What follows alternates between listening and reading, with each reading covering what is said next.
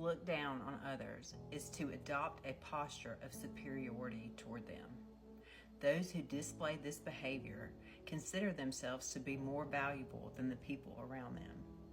Looking down on others is a manifestation of selfish pride, which the Bible is against. Several passages speak against pride, such as Proverbs 16:18, which says, "Pride goes before destruction, a haughty spirit before a fall." James goes even further, stating that God opposes the proud but shows favor to the humble in James 4:6. If God opposes the proud, then he certainly opposes those who look down on others. Sometimes people look down on others because of their own insecurity in an attempt to find worth in the wrong places. Feelings of inadequacy can drive a person to cover up by saying, "At least I'm better than so-and-so." Christians can also look down on others in the pursuit of godliness. It's easy to observe someone struggling in an area we have overcome, say alcohol abuse, and feel a boost of self-righteousness to compensate for our own failures. We might think, I may not have overcome my anger issues, but at least I'm not like fill in the blank who goes home drunk. The parable of the Pharisee and the tax collector is a cautionary tale for the self-righteous Christian. An excessive level of confidence can also lead someone to look down on others. Confidence itself is not a bad thing. As Christians, we should be confident in God because of what Christ has done for us.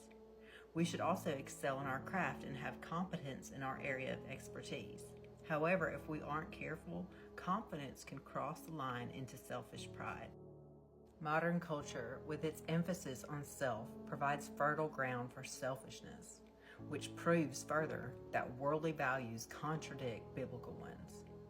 John advises us not to love the world because everything in the world, the lust of the flesh, the lust of the eyes, and the pride of life, comes not from the Father but from the world, in 1 John 2:16. Books, movies, and music constantly push the message of me first and self-love, even within the Christian circles.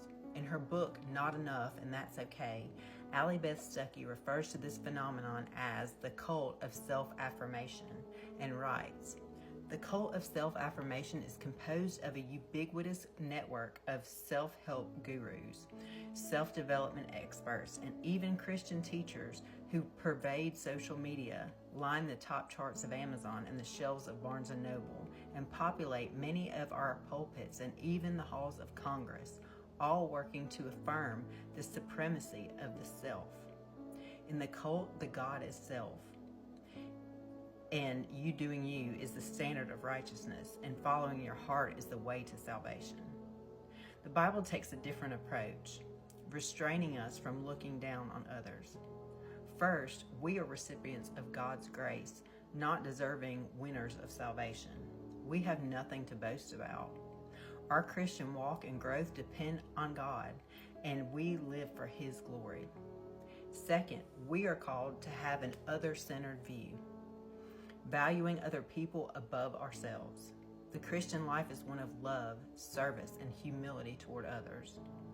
This message may not be popular today, but it leads to a healthy and flourishing Christian walk.